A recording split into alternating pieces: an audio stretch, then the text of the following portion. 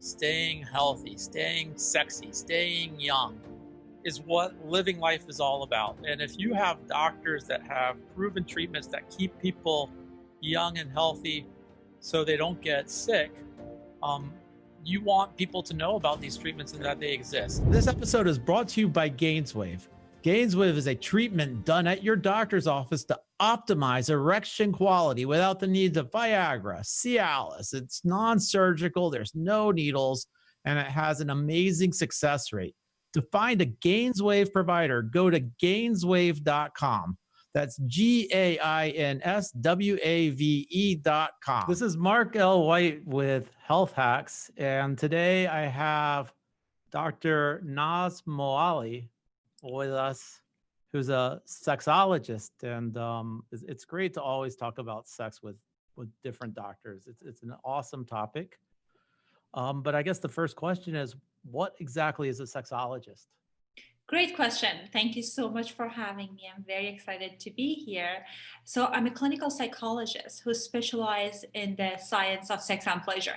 So as a sexologist, I help people to address some of the sexual challenges that they have within themselves and also with their partner. Yeah, that's it. So do you work with mainly partners, guys, women? Like what kind of people come to see you?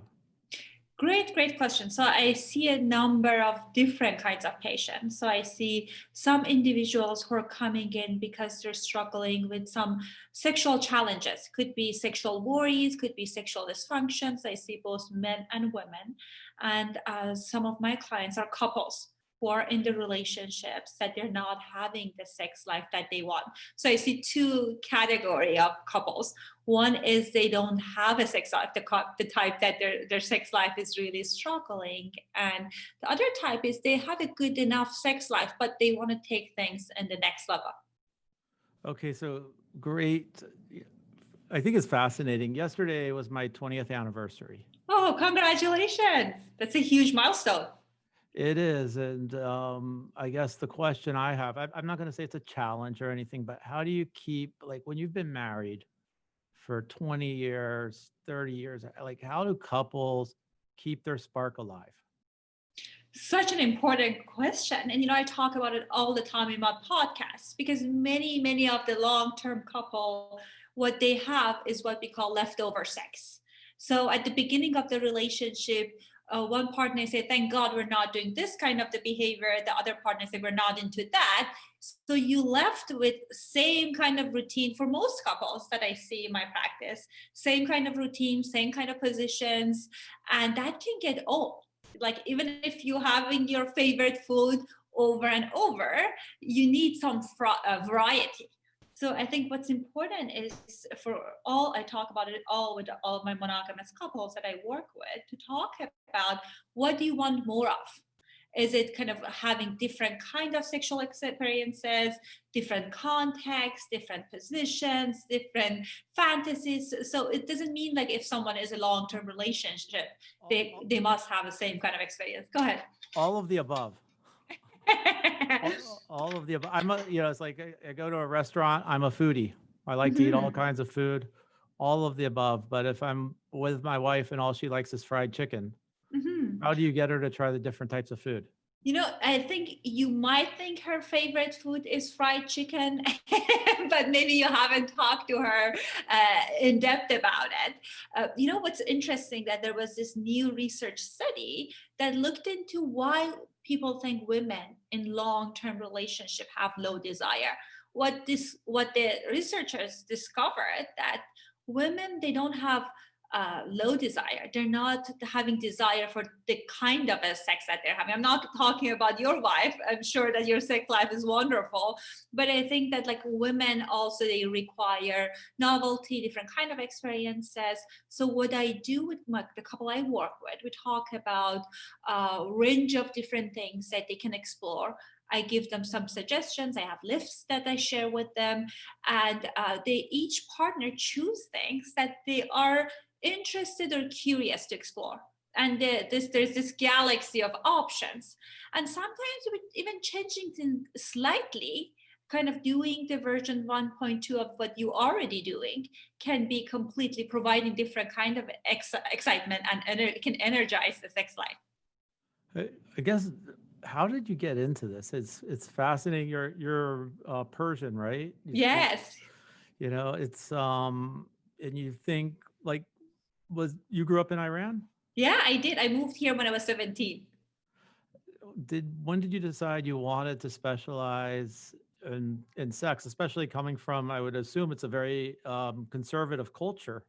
It is, yes. My parents are more modern, but I grew up during post-revolution era, during post-Islamic revolution in Iran. So I didn't get any sex education until I moved here. And how I got into this was in kind of an accident. I always were curious about sex education, all those kinds of things.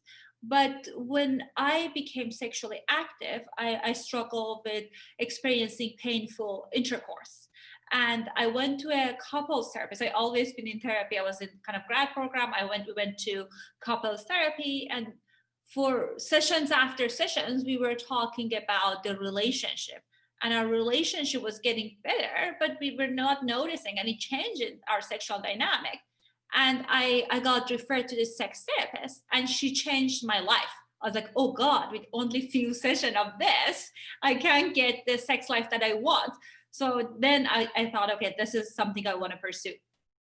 Okay, so you went there and you saw them, they made changes, and your partner got on board. Was that a struggle for your partner to get on board, or like how do you talk your partner into seeing a sexologist? He was so on board because the couples therapist that we were seeing, it was kind of expensive and we were not going anywhere. So he loved the idea of going to a sex therapist. And what we did with sex therapy is like it's more solution focused. So as sex therapists, you teach people strategies, skills, things you can do that you can see results. So when we started implementing things that she was talking about, again, some of them thing that she was talking about was very practical suggestions, and that changed the dynamic. And one thing I want to highlight is sometimes for couples, so there are a number of different issues that happens when they get stuck sometimes in a bad cycle of bad sexual experiences. So when you're having bad sex, that can lead to having expectation about things going to be bad. So when you change that dance, then that can be also very powerful. Okay, and let me ask you, like, do you see the use of, like there's things now with sex toys, or, you see sex shops on every corner. How important is that to spice up a relationship? Great question. I always talk about it with my clients that these are props. Some of the things can help you to get in the mood, the same way that if you're doing a play, if you're wearing this clothing, you can get into the character. But you're the main star and your main show.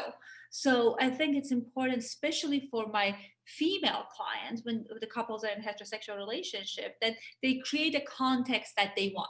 So part of the context could be your appearance, things in the surrounding, but the other part of it is like emotions you want to experience, smells that you want to be exposed to, all of those things that can also help you to get in the mood that you want. I was reading this article the other day about sex robots and the latest artificial intelligence. I went to my wife and I said to her, I said, hey, if I got a sex robot, am I cheating on you? And she said, of course you are. And I'm like, wait a second, how is that cheating? And, I was thinking a long time about it, and you're probably the best person to ask about that. But like, you see the whole future of sex changing. And what's your opinion on that? Very interesting area, and it's very promising. Kind of speaking of sex robots, first time I saw a version of them was in a sex therapy conference 2-3 years ago in Denver, and they're just so realistic. They brought this woman, I was sending the picture to my husband, attractive, and it was very interesting. So it's very promising.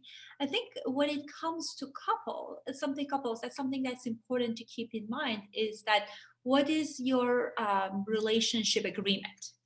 because there is this mistake that many people in a monogamous relationship that they make, is that assuming that what they know, what their partner think is cheating. And that can create so much space for misunderstanding. So I always talk about these things with my clients, that okay, so if you're in a monogamous relationship, would you consider cheating if your partner is watching porn? What if instead of porn they're doing webcamming? Is that different?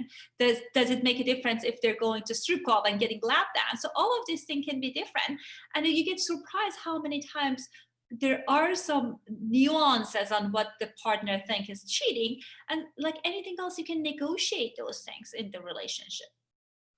But it sounds like the communication is the key, because if you don't communicate, you think that you're doing something innocent, watching porn, and you don't realize what effect that has on the marriage. Mm-hmm. Absolutely. But how does a couple like make space to communicate without the use of a sexologist, or is that why somebody would go to a sexologist, because they have trouble communicating about sex? Well, my suggestion to your viewer is that to start talking about it outside therapy rooms, and if it's needed, you can consult with a sexologist, sex therapist. But there are a few things that I want them to keep in mind. That when it comes to communication, there is two components to it. One is your beliefs, and there's one that part of it is skill.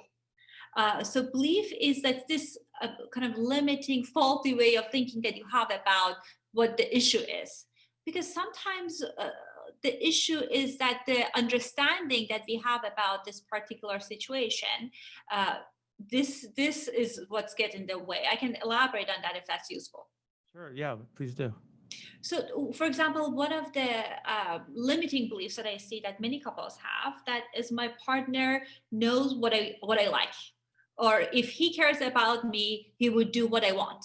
And our partner, they kind of know what you might like, but if you haven't talked about it in depth, which most couples they haven't, then they're just guessing. And no one is a mind reader. So the fact that we haven't talked about our desires, that can cause an issue in the kind of relational dance. The other piece is kind of thinking about, we're not having sex because my partner doesn't find me attractive.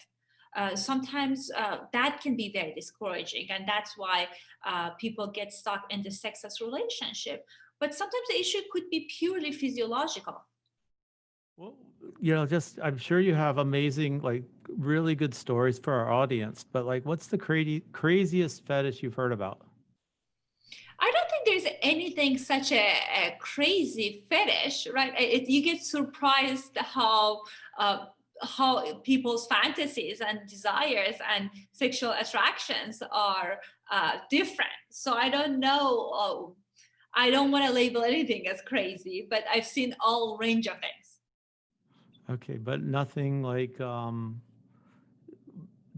nothing mind-blowing or nothing out of the I guess, like, what fetishes are just, I guess, not normal in some instances. That's why they're fetishes, right? But you hear people, they fetish the feet, they fetish this or that. Like, what causes a fetish? Well, there are a number of different hypotheses when it comes to it. Sometimes people say it's rooted from our childhood. And sometimes when a child gets very excited and they're exposed to a certain kind of context, that can become part of their erotic blueprint. But you get surprised how common are some of these sexual fetishes, and how open people's partners might be into it. I remember that I was working with this couple for several sessions before the husband was shared with me that he had a foot fetish, and he was like dying from shame of how can he bring it up to the partner. They've been married for years, but when we talked about it in the session, the wife was very open to it. So it wasn't necessarily this horrific thing about him. It's just a matter of how you bring it up and how are you introducing it to your partner. So she probably started wearing sandals more, going more barefoot, and that helps, huh? Yeah, and he was really into particular stocking, so they went shopping, they made it fun, and that actually transformed their sexual life, because sometimes what gets in the way, we're not telling our partner what we want. So like there we were thinking the issue is the issue with desire, but the partner was not into the kind of a sex that he wanted to have, and that was the barrier. Do you see in a lot of couples, like maybe they come from different backgrounds or different religions? How do you fix something that's so ingrained in different belief systems? Like, how do you get a couple on board? Well, most of the time, people don't pause and examine some of these beliefs, right? I tell people it's like picking up ideas from random places, and we're not really examining it, especially when it comes to sex education. So part of it is kind of examining what are some of the beliefs that you have about your own sexuality, what's a healthy sexuality is, and we work together to correct that. And you're right that many individuals and couples who grew up in more conservative communities, they feel sex is shameful, sex is a sin, and it requires some working on that core belief that they've developed in order to change their relationship with their sexuality. Okay, and you work with like a lot of men that have problems with erectile dysfunction, I would assume. Mhm.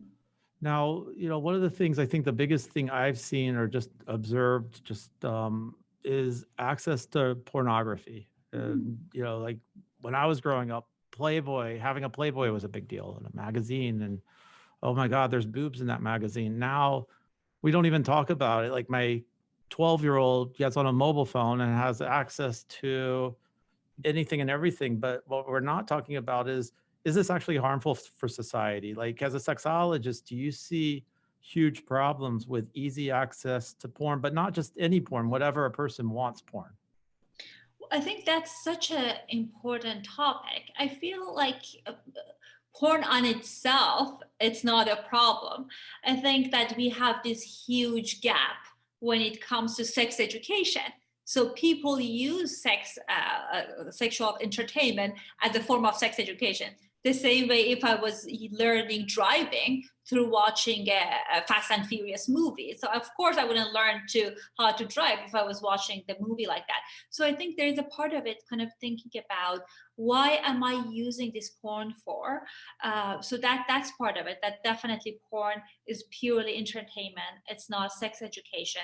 You talked about children. I think it's really, really important as parents, as in very young age, talk about these things with your kid, about your sexual values, and also talking to them about when you come across this content, because most of the time I hear from my teen clients around age maybe 11, 12, they get exposed randomly by accident, someone sending them a link to this sexually explicit material, kind of inviting them, when you get exposed to this, honey, this is not educational, it's entertainment, and come talk to me about it. So they know where to come and they can process it. So I think that's part of the problem. The other thing is, I have so many ideas about this. The other part of it is that kind of if you are watching porn, which most people these days they do, kind of thinking about what kind of a porn you are watching and viewing, and what are you supporting, because regardless of the type of the porn, you are supporting that genre. So if you're watching ethical porn, then feel comfortable paying for it, because I think that can be supporting that industry, and that will help you to have more of those more kind of ethical porn, like you're supporting the access of ethical porn for broader audience. But I would think that like it hurts the ability, like when there's so much porn, okay, you're watching porn and maybe you're into something that you're not getting in your relationship. You're watching, I don't know, bondage porn, or you're watching um whatever. Then you have that same expectation in your marriage, or is that like a release? Like how do you deal with couples where they're having problems and they're struggling in the relationship, and part of it's because the guy can't get aroused anymore because he's addicted to porn, and how do you overcome that? Well, there is two parts to it. One is our sexual fantasies are sexual fantasies. I talk to my clients about it, and that, okay, if you have a fantasy, most of the time, many people are not interested in exploring those fantasies within reality. So, what's the purpose of psychological purpose of our sexual fantasy is to neutralizing shame. And I know that some of these sexual fantasies that people have might actually be opposite of that. But when it goes to our childhood, the idea of when these fantasies form was it was formed to make you feel comfortable and overcome the shame in that context. But when if it becomes an issue in a relationship, it would be interesting to talk about it with your partner, because there's a different reasons that people are watching porn, and sometimes it's not even might not be related to the relationship. I work with lots of people in executive roles. They're very stressed out. They use porn as a way for stress management. And you're right that if you're using porn and you're masturbating, you might not feel as enthusiastic about having sex with your partner. So if you are that in that kind of place, then that would be important to talk about what other things you can add in your mental diet that can help you to regulate your emotions effectively, and how can you translate that enthusiasm into the relationship. Do you have to go back with your clients? Do you have to go back into their childhood, or do you find yourself talking about like either childhood traumas or anything in the past to get them to a better state? Well, it depends on what's their goal. Many times people coming in and saying that this is what I want, this is what I'm not getting. Most of the time it's just a matter of helping them negotiate that, navigate that, work through it with their partner. But sometimes some of the challenges that we have is rooted in our previous trauma. And those traumatic experiences remain in our bodies. So trauma is not only something that we're dealing with it psychologically, it impacts our erectile functioning, it impacts the pain in our body. So it's important to talk about it and help people to process it. So when there is a history of trauma, that's when I go back. Well, one of the things that confuses me, and maybe you can help me on this, is the concept of genders. And, like when I was growing up, there were two genders, male and female. My daughter, 15 years old, says, no, Dad, there's thousands of genders. And I still don't get the concept of gender. It used to be there was gay and straight, then there was LBQ. Now there's like 10 different letters, and there's a plus sign for all the letters we're missing. What's changed? And what is that when we talk about gender? Well, I think you're absolutely right that even the time that I was a kid, there was this, like we were talking about this graph of Kinsey graph of like people being in different parts of whether being a female or male and kind of gay and straight, all of that. But right now, research shows that people identify with different features in themselves, different parts of themselves, and it's not necessarily fitting the idea of male or female. It's just a matter of where they place themselves in this galaxy. And in order to, I think what's confusing is that people, they don't know how to react to that. And I think it's really important to ask people about, okay, what do you identify with? And when they talk about it, then we can go from there. Because I think it's there, as we do more research on gender identity, we uncover nuances related to that. Do you work with a lot of people that are confused about both gender roles and sexuality, or is it more relationship building that you do?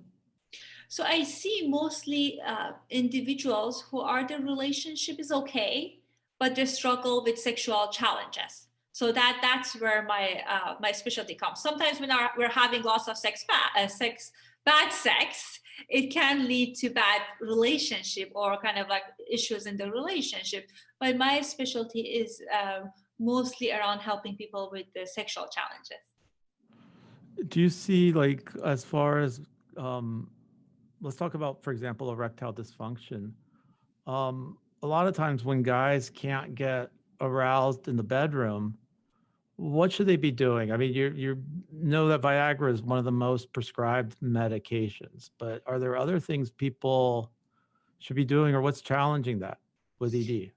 I think that's such an important question because many people lean into taking medications, and that's good, but that can be a short-term solution because I know that many of the clients I work with, they don't like to be relying on medication all the time. So I see a number of different reasons that people struggling, that psychological reason that lead to people struggling with erectile functioning challenges.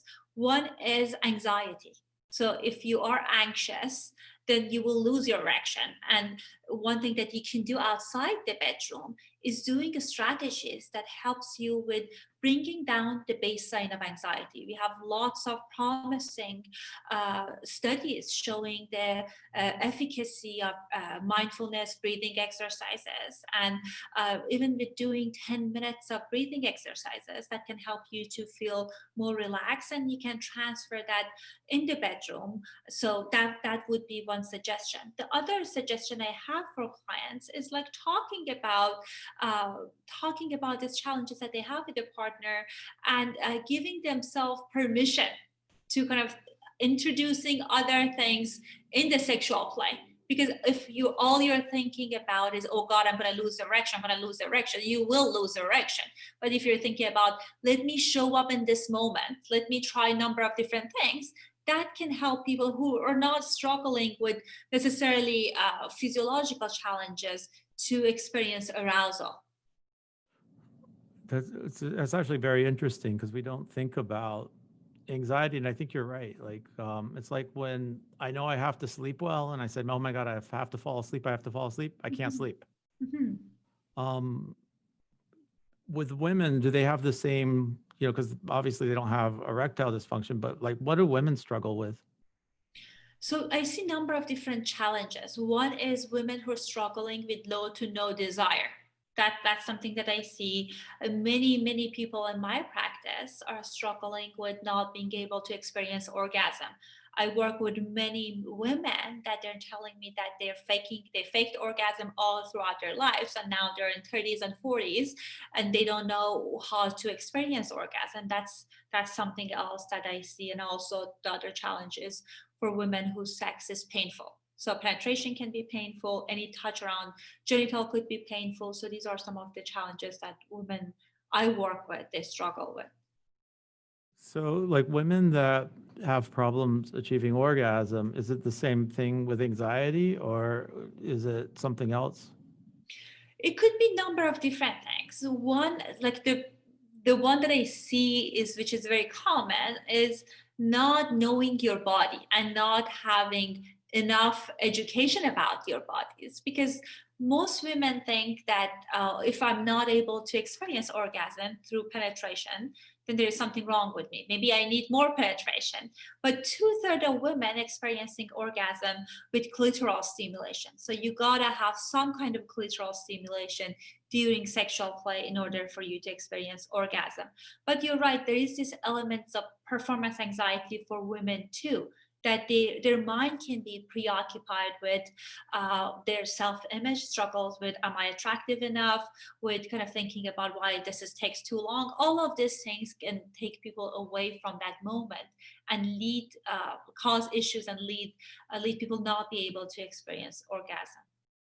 Have you noticed, growing up in a conservative Muslim culture, do you see a lot of cultures where it is very repressed, or they don't talk about sex ed? Do you see like women from those cultures, or from a strong Catholic culture, for example, having more problems versus somebody who grew up in a different society? Do you see it amongst cultures, or is it really something based on biological in a person?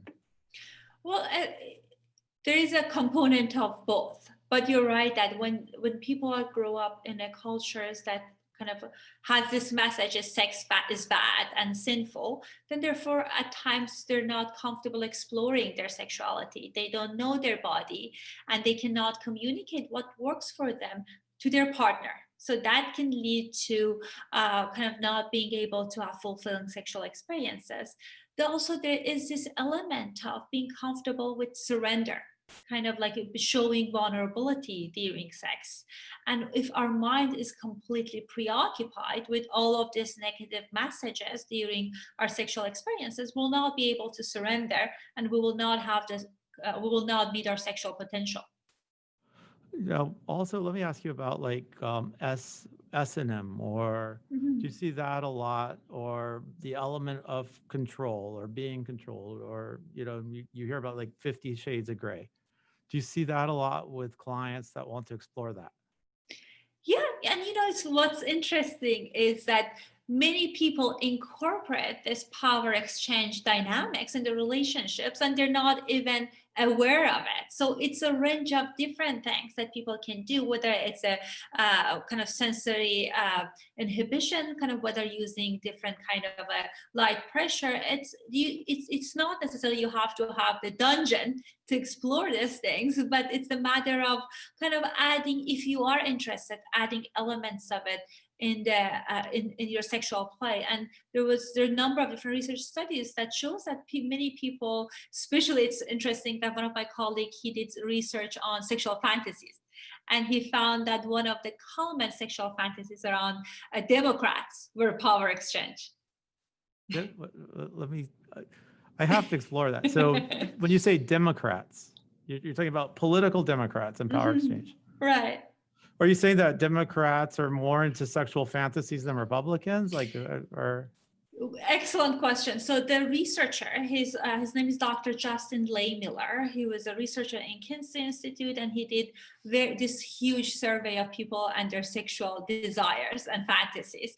What he found this pattern, that what's common among people who identify as democratic, they fantasize about power exchange, and people who are identified in his study as Republican, they were fantasizing about swinging. So which I found that was very fascinating. You know what I've always wondered about, and again, I like history. I'm a big into history, and countries like Japan or Germany or England that have colonized the world or tried to colonize the world, you see crazy shit like their sexual fantasies are crazy, like Japanese porn. And I'm always fascinated about what that is about control or power. And you're probably the perfect person to ask about.